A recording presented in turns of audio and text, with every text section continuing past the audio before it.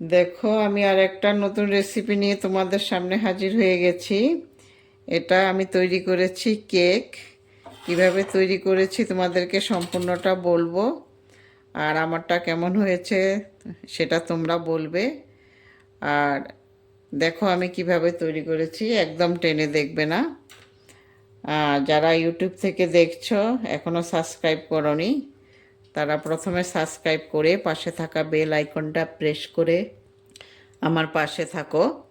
আর like আর share অবশ্যই করবে। আর যারা ফেসবুক থেকে দেখছো তারা ফলো বাটনটা প্রেস করে আমার পাশে থাকো আর লাইক আর শেয়ার অবশ্যই করবে। চলো কিভাবে তৈরি করেছি আমি সম্পূর্ণটা তোমাদেরকে দেখাবো। এইভাবে তৈরি করলে তোমরা বাচ্চারা যখন চায় তখনই ঘরে তৈরি করে দেওয়া যায়, আর খুব ভালো হয় খেতে। ঘরে তৈরি করলে তো সব ভালোই থাকে, এই জন্য ঘরে তৈরি করতে চেষ্টা করতে হয়। আর দেখো আমি কি করে তৈরি করেছি, চলো কিভাবে তৈরি করেছি দেখে নিই। নমস্কার, শিউলিস রান্নাঘরে সবাইকে স্বাগত। তো কেকটা বানানোর জন্য এই যে আমি প্রথমে এই যে 2 প্যাকেট বিস্কুট নিয়েছি। এই দেখো বিস্কুটগুলো, এগুলি ক্রিম থাকা বিস্কুট, আর কালারটার জন্যই নিচ্ছি। এই এই বিস্কুটগুলো নিচ্ছি। তো 2 প্যাকেট নিলেই হয়ে যাবে, আর তোমরা বেশি বানালে বেশি নেবে। আমি 2 প্যাকেটে নিচ্ছি। এগুলোকে প্রথমে আমি একটু গুঁড়ো করে নেব। গুঁড়ো করাটা আমি গুঁড়ো করব মিক্সিং গ্রাইন্ডারের মধ্যে দিয়ে। একটা গ্রাইন্ডার নিয়ে নিচ্ছি, জার নিয়ে এটার মধ্যে দিয়ে প্রথমে আমি এগুলোকে বিস্কুটগুলোকে গুঁড়ো করে নিচ্ছি।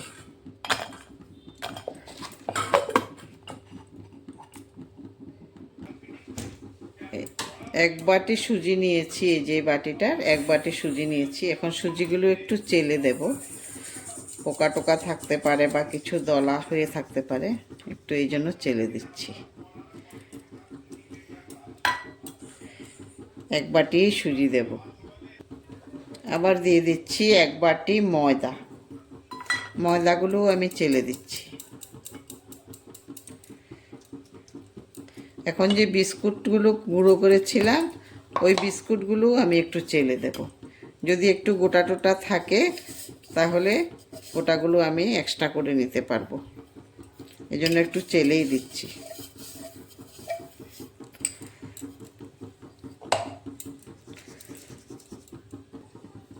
তারপরে দিয়ে দিচ্ছি এই যে গুঁড়ো দুধ। সবগুলোকে একটু ভালো করে আমি মিশিয়ে নিচ্ছি। এখন শুকনো অবস্থায় মিশিয়ে নিচ্ছি।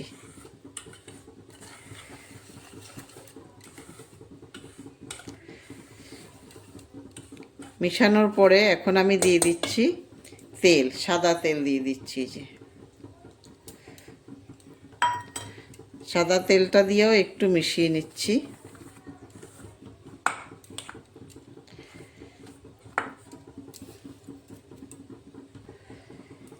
বেকিং পাউডার এটা। তারপরে একটা ডিম ফেটিয়ে দিয়ে দিচ্ছি। এখন দিচ্ছি চিনির গুঁড়ো। আমি চিনির গুঁড়ো দিচ্ছি, চিনি দিচ্ছি না, চিনির গুঁড়ো করে দিচ্ছি। এই যে গুঁড়ো দিলে তাড়াতাড়ি মিশে যাবে এটার সঙ্গে, এই জন্য আমি চিনির গুঁড়ো দিচ্ছি।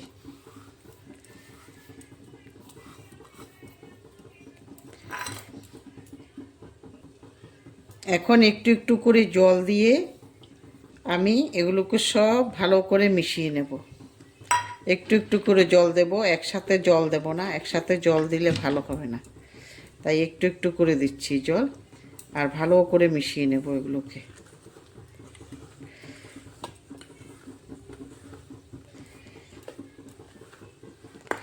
একটু একটু করে দিতে হবে, একসাথে দিয়ে দিলে পাতলা হয়ে যেতে পারে, কিন্তু বেশি পাতলা হলে তো আবার হবে না, একটু ঘনই থাকতে হবে।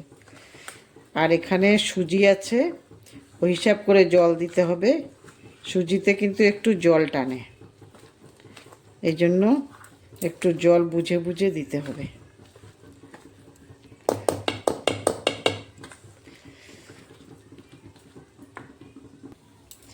মেশানো হয়ে গেছে। এই যে তোমরা দেখতে পাচ্ছ, এই যে এরকম হয়েছে।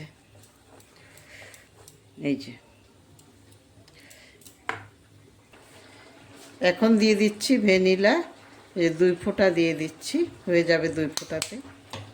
মানে এটাও ভালোভাবে আমি মিশিয়ে দিচ্ছি।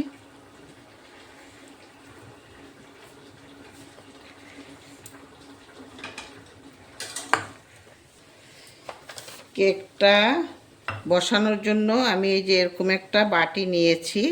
এখন একটু তেল ব্রাশ করে দিচ্ছি বাটির মধ্যে, সব দিকে ভালো করে তেলটা ব্রাশ করে দেব।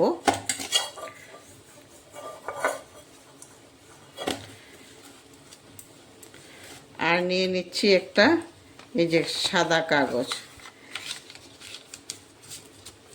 বাটার পেপার না থাকলে তোমাদের এরকম সাদা কাগজ দিয়েও তোমরা করতে পারো, কিন্তু লেখা কাগজ নেবে না। লেখা কাগজ নিলে কিন্তু লেখাটা তোমার কালিগুলো কেকের মধ্যে চলে যায়, এই জন্য লেখা কাগজ নেবে না। আমি কাগজটার উপরও একটু তেল ব্রাশ করে নিচ্ছি।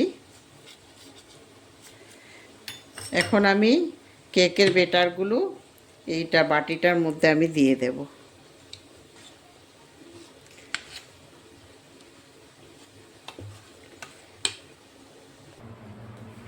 কড়াই দিয়ে দিয়েছি আমি, কড়াইয়ের মধ্যে নুনও দিয়ে দিয়েছি, গ্যাসের মধ্যে বসিয়ে দিয়েছি।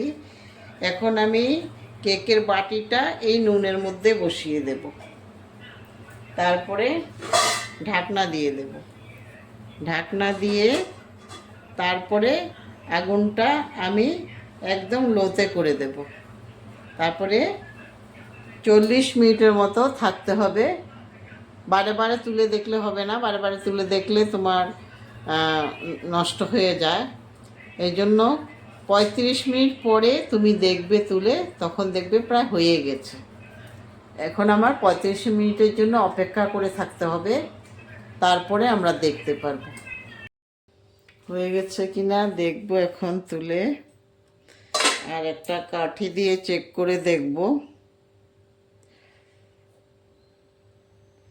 কাঠের মধ্যে একটুকু নেই।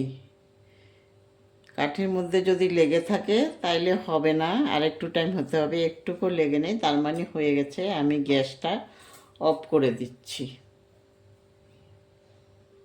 তো একটু টাইম ঠান্ডা হতে হবে। ঠান্ডা হলে তাহলে যে কিনারটা ছেড়ে যাবে, গরম গরম ছাড়বে না। তার জন্য একটু ঠান্ডা করে তারপরে আমি কিনারটা ছাড়াবো।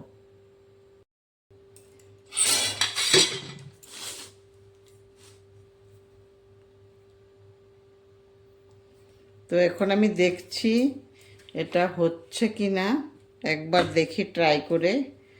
যদি উল্টে যায় তাহলে তো ভালো, আর ট্রাই করে দেখব।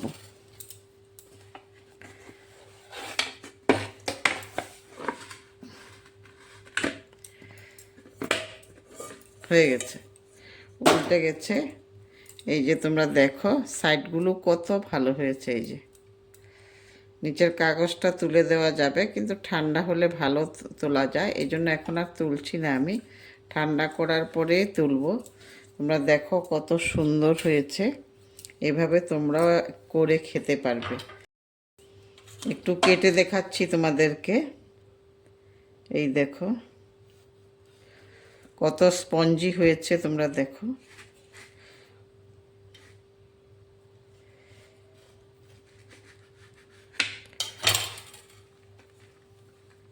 এই দেখো কত স্পঞ্জি হয়েছে। এই যে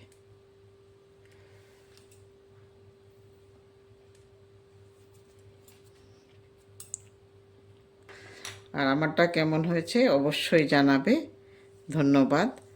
আর সবাই ভালো থাকো, সুস্থ থাকো। আবার আর একটা নতুন ভিডিও নিয়ে তোমাদের সামনে হাজির হব।